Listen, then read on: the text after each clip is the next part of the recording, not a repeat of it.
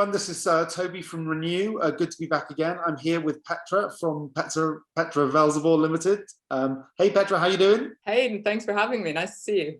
You too, you too. So we've known each other a while now, but I'd love for you to tell everybody about your company and what you do. So our company's been around a couple of years. I'm a mental health consultant. It's primarily a mental health business.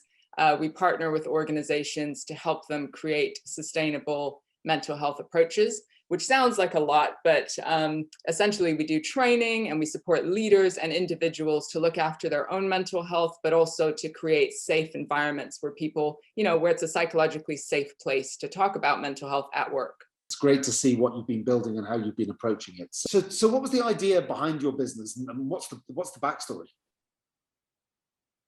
Sure. I mean, I worked independently for a good while before deciding to bring on employees and to scale and to think about doing this in a bigger way. I worked in mental health organizations. So I started out with young people's charities, young minds, places like that, working with organizations to improve young people's mental health, and then moved in as clinical director for an employee assistance program.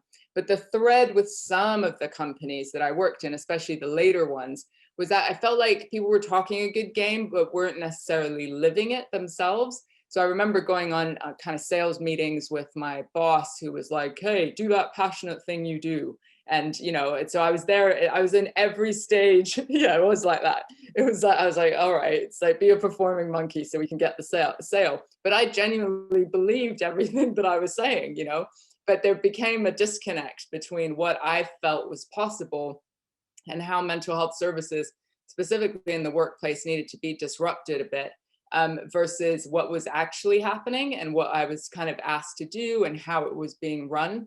So at some point, I got brave and I just resigned and I gave in my notice without having, I just was like January 1st, like I came back into the office. I had been divorced for like a year. I'd worked there for a year, just over a year. And I just said, I'm ready to go. And he was horrified and shocked. But I felt like I'd been able to test all the things I wanted to do and that I was ready to take the leap. Scariest year ever because I tested loads of things, didn't get paid for a lot, and was doing therapy sessions and just bits and pieces on the side kind of. And then one thing led to another and it just, the conversation expanded, that my knowledge and awareness expanded. And now we're helping businesses with strategy, leadership, a whole host of things to create mentally healthy environments and living it ourselves. So our team, one of our primary goals is to connect and live the stuff that we talk about. And so it's that culture piece alongside what we do for businesses that feels authentic and real and what I really wanted to build. It's just a phenomenal story. And I get tremendous energy about hearing you tell it. So it's great to see where it came from and where you're going next. So it was January the 1st. Which year did you do this? Was it 2017? Oh my word. So okay, so 3.5 years you've been going now. So you just talked about a little bit about this, but can you tell us a little bit more about your purpose and the mission that you're on here with Petra Velzeboer Ltd? Yes. Absolutely. And that mission and purpose is to live what we preach and also to create places, environments where talking about mental health doesn't mean you're not productive. It doesn't mean you're taking time off for mental illness. We're talking about the good side. Mental health is about the health of our mind. So how can we normalize right from the top of a business that conversation about investing in our mind, investing in our bodies, our overall health, in order to achieve peak performance? Like that's the conversation we want. We don't want to, we talk about the 80-20 rule. So 80% is good mental health, optimism, positive psychology. We're teaching leaders how to ask people, what's one thing you're proud of? What are you grateful for? Like all of that is under the mental health umbrella. And of course, there's that 20% of how do we support people when they're struggling. But if we planted all the seeds and created the culture in peacetime, as we call it, so before someone's struggling, well, then when they are, then great, you've got the trust, you've got the conversation, you've got the resources, the places to signpost them. It's not this big deal, this big crisis deal. So our mission is just to normalize conversations about mental health every day, not just when someone's struggling. It's phenomenal, and the way you do it is great. It's great as well. So I just want to ask a little bit about the business side of it. So just really to get some thoughts and perspectives on what are the challenges you faced in terms of setting up this new business back in 2017. You know, it's a bit of a ride, and how have you overcome them? Yeah, so so that first year, we didn't have the structure of a limited company yet. It was just kind of self-employed. It was starting out that way, hustling on my own, getting in with companies. But what I didn't say in my journey so far is, like, I didn't go to school as a kid, right? I did lie about my education in order to get onto a master's degree program. So I have a master's degree, but I don't have a high school education. Go figure. I'm very resourceful.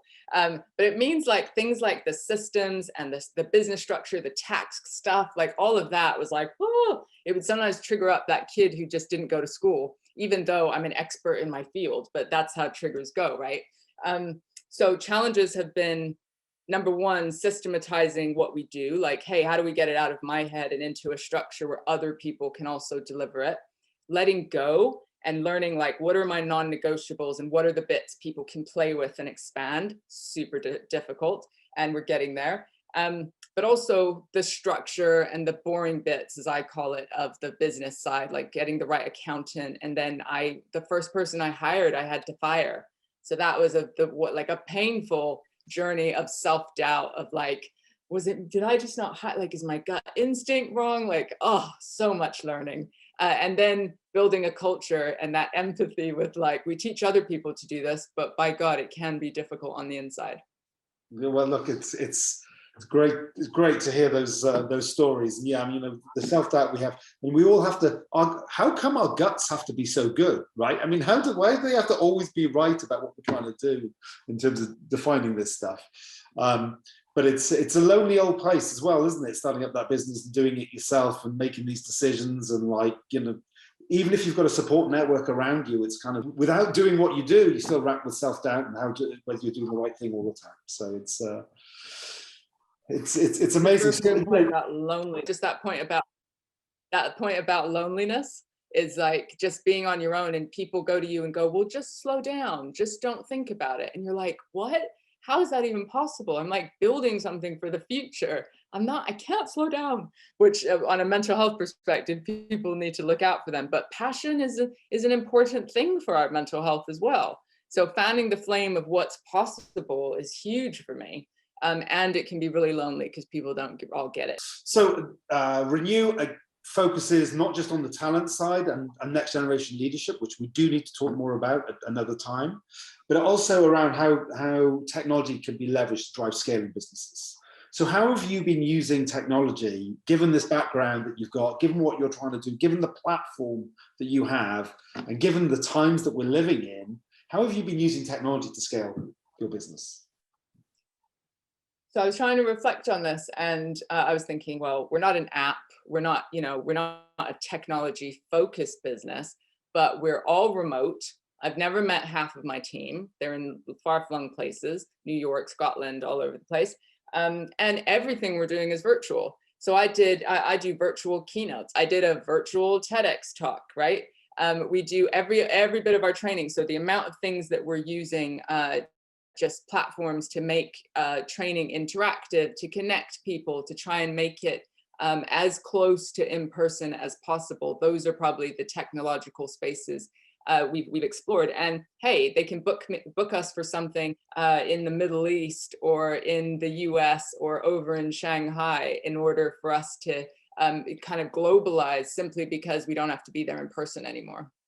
And you know, this is, for me, is all about next generation businesses and scaling from, you know, is exactly what you're doing. I think it's a really sobering thought. And, you know, I have the same situation with Renew. In fact, I met a bunch of the team last Friday for the first time in, like, we've been working together 10 weeks. And it was this real human being opposite me, you know, and it was like, oh my God, it was a really weird experience because you feel like you knew these people, but you don't know them because from the screen.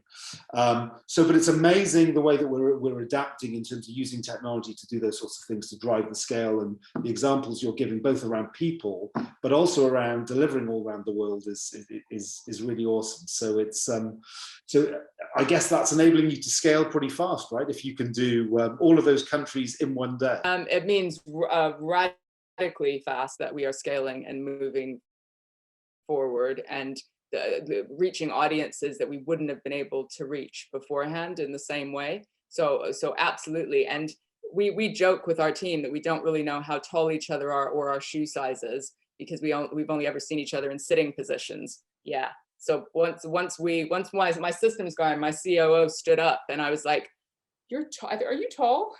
But these are the little details that we just don't know about, right? He's like, yeah, I'm 6'2". I'm like, holy shit, I'm seeing you differently now. Now, okay, so you've given me a great idea for an icebreaker on the next one of these sessions that one of these virtual innovation sessions. We're going to do the height and shoe size thing. I'm not sure if I get away with that with data protection, but we'll have a go. We'll see what we can do. Anyway, so tell us. Look, I love your business. You know I do.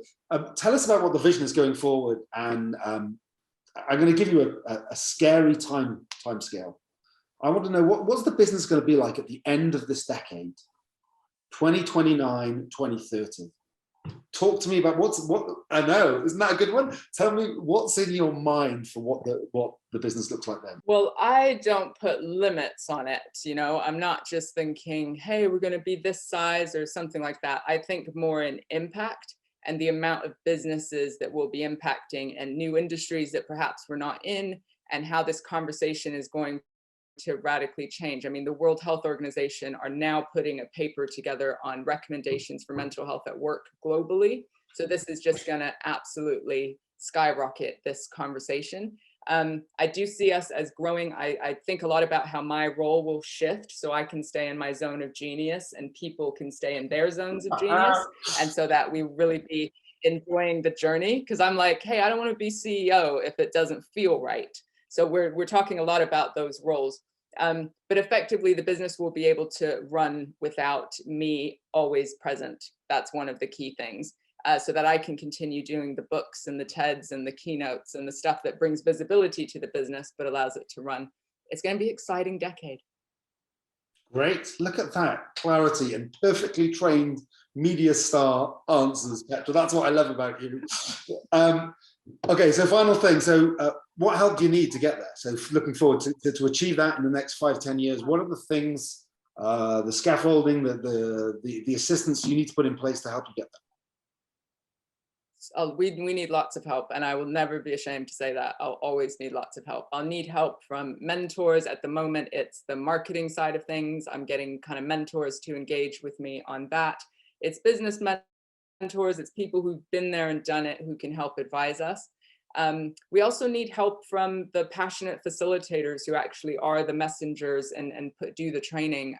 And it's actually hard to find. We've been doing an interview round of people to deliver the message, because we're like, I want you to do mental health with lightness and humor. People are like, what? Yeah, I'm like, yes, I just want us to have some joy and some dynamism. We're looking at performers, people who can like really generate that kind of vibe. So we need more people to help us deliver the message in the right way. And hey, I don't know what I don't know. I'm going to need a lot more stuff. When I can see this phase, and then it's the next phase, and the next phase we'll need different things for sure. Okay, so let me get that right. So you need some great advice in areas that you're looking for skills. You're looking for performers, and you're looking to know what you don't know. Performers with a mental health story. Performers with a mental health story. Okay. I'll take a look. I'll take a look. Look, Petra, I think, and the interactions that we've had, I think your business is absolutely flying. I love the journey that you're on, because I think that your story and your journey is inspirational to so many people, let alone the work that you do. And I think the best thing about your story is so much of it is not written yet, and that's what we're all about. From a Renew point of view, is that next generation, and what are we going to do, because it's for us to write. So appreciate you taking some time out of your busy multi-time zone mental health awareness and education day to hopefully reach a broader audience of business leaders who can also experience your benefit and what you do. So I know it's fantastic. So thank you very much. Thank you.